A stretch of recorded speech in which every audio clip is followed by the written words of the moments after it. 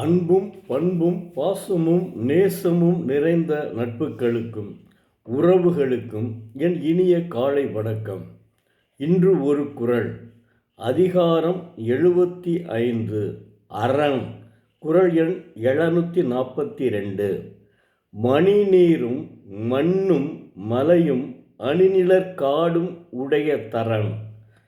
தெய்வப்புலவர் திருவள்ளுவர் மணி போலும் நிறத்தினுடைய நீரும் வெள்ளிடை நிலமும் மலையும் குளிர்ந்த நிழலையுடைய காடும் உடையதே அரணாகும் என்கிறார்.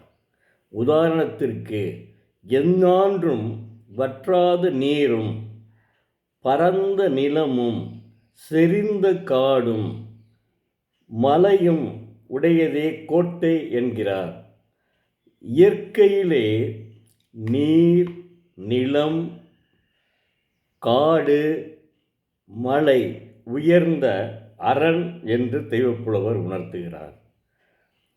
அரண் எப்படி இருக்க வேண்டும் என்பதை அற்புதமாக உணர்த்தியுள்ளார். ஏனென்றால் அரண் இப்படி இருந்தால்தான் நம்முடைய அந்த நாடு பாதுகாப்பாக இருக்க முடியும். எத்தனை பெரிய ஒரு படையெடுப்பு வந்தாலும் அதை சமாளிக்கக்கூடிய திறன் வேண்டும். அதற்குத்தான் இப்போ தண்ணீரே இல்லைன்னா அவன் அங்கே போய் எப்படி நம்ம மக்களாட்சியை எடுத்துக்கொள்வோமே. முதல்ல மன்னராட்சி, மக்களாட்சி எடுத்துக்கொள்வோம். மக்களாட்சியில் தண்ணீர் இல்லாமல் அங்கு போய் இராணுவப்படை எப்படி வாழ முடியும், இருக்க முடியும்?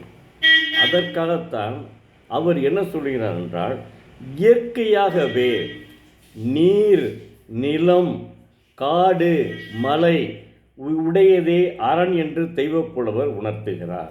அரண் எப்படி இருக்க வேண்டும் என்பதை அற்புதமாக உணர்த்தியுள்ளார்.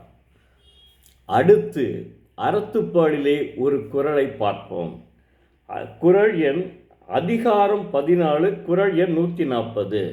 உலகத்தோடு ஒட்ட ஒழுகல் பலகற்றும் கல்லார் அறிவிலாதார். இதற்கு அதாவது உலகத்தோடு பொருந்த ஒழுகாமல் உலகத்தோடு பொருந்த ஒழுகும் முறையை கற்காதவர் பல நூல்களை கற்றிருந்த போதிலும் அறிவில்லாதவரே ஆவார். இது என்ன சொல்கிறாருன்னா, உதாரணத்திற்கு ஒரு ஊரில் திருவள்ளுவர், அவர் ஏற்கனவே உங்களுக்கு நான் சொல்லியிருக்கேன், திருவள்ளுவர் எழுதிய அந்த அத்தனை குணங்களும் நிரம்பிய பெருமக்கள் வாழ்ந்து வருகிறார்கள்.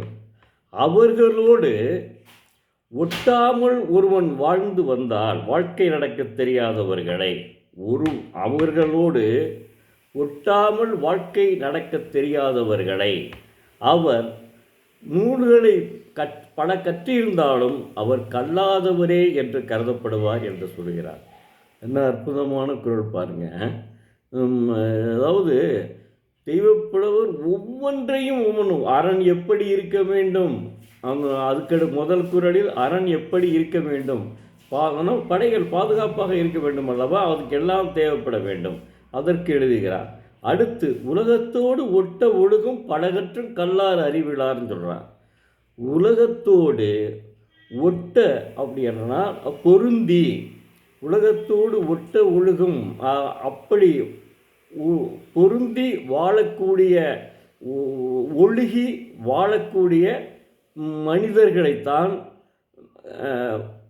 பல நூல்களை கற்ற அப்படி வாழும் மனிதர்கள், உலகத்தோடு பொருந்த ஒழுகும் முறையை கற்காதவர், அந்த உலகத்தோடு ஒட்ட ஒழுகும் பலகற்றும் கல்லார் அறிவிலார். உலகத்தோடு ஒட்ட பொருந்தின்னு அர்த்தம். உலகத்தோடு பொருந்தி வாழும் ஒழுகும் முறையை கற்காதவர் பல நூல்களை கற்றிருந்தாலும் அவர் கற்காதவரே எனப்படுவார் என்று உணர்த்துகிறார். எவ்வளோ அருமையான குறள் பாருங்கள். அவர் ஒவ்வொன்றுக்கும் ஒன்று சொல்கிறார் பாருங்கள். அதுதான் அவருடைய தனிச்சிறப்பு. இல்லைன்னா ஏன் இப்படி தொடர்ந்து எழுதி கொண்டுகிட்டே இருக்காங்க. ஒவ்வொரு நாட்டிலையும் அந்த ஃபஸ்ட்டு வீரமாமுனிவர் வந்த உடனேயே இதை படித்த உடனே இது பண்ணிட்டார்ல. அவர் குணம், அவர் வந்த எண்ணம் வேறு.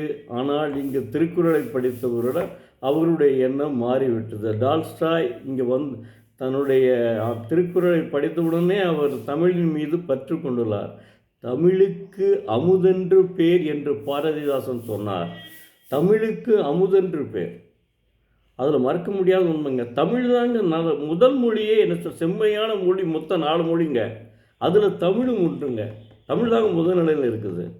தமிழுக்கு இணையில்லாத ஒரு மொழியே கிடையாதுங்க. ஆங்கிலம் கிட்டத்தட்ட, ஏன்னா முதல்ல அவன் படையெடுத்து முதல்ல இங்கே கொலம்பஸ் இங்கே தான் அங்கே கண்டுபிடிச்சான்ல.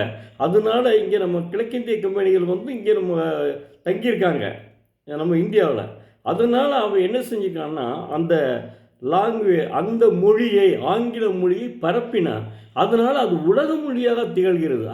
அதனால்தான் அறிஞர் அண்ணா அவர்கள் இருமொழி திட்டத்தை கொண்டு வந்தார். இருமொழி திட்டத்தை கொண்டு வந்தார். நான் அரசியலை பேசலைங்க, உண்மையான நிலைமையை சொல்கிறேன். அவர் இருமொழி திட்டத்தினா என்ன, 1 தமிழ், 2 உலகம் பூரா நம்ம பேச வேண்டும் அல்லவா, அதற்காகத்தான் ஆங்கிலத்தை கொண்டு வந்தார். தமிழ்நாடு தாங்க எல்லாத்துலேயுமே சிறந்த மாநிலம், அதில் மறுக்க முடியாத உண்மைங்க. நீங்கள் நம்ம இந்தியாவில் உள்ள அனைத்து மாநிலங்களும் தமிழ் மொழி போல் உயர்ந்த மொழி எதுவும் இல்லைங்க. அதுதாங்க பாரதியார் சொல்ல, யாம் அறிந்த மொழிகளிலே தமிழ் மொழி போல் வேறெங்கும் இல்லை. வேறு எத்தனை அவர் 14 பண்ண ஒரு 8 மொழிகளில் 8 மொழிகளில் புலமை பெற்றவருங்க.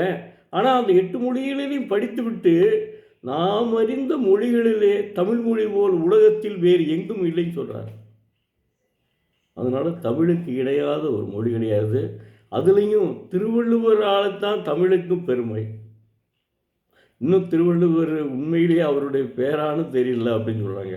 சில இது கண்டுபிடிக்க முடியலைங்க. அந்தளவுக்கு நம்ம இதை வச்சு தான் இதை பார்த்துக்கிறோம். அதனால் மாணவ செல்வங்களே, தயவு செய்து தாங்கள் இதை கண்டிப்பாக திருக்குறளை படியுங்கள். தினமும் ஒரு குறளை படியுங்கள், அதன்படி நடங்கள், தங்கள் வாழ்க்கை சிறக்கும். நன்றி, வணக்கம். நாளை மீண்டும் பார்ப்போம்.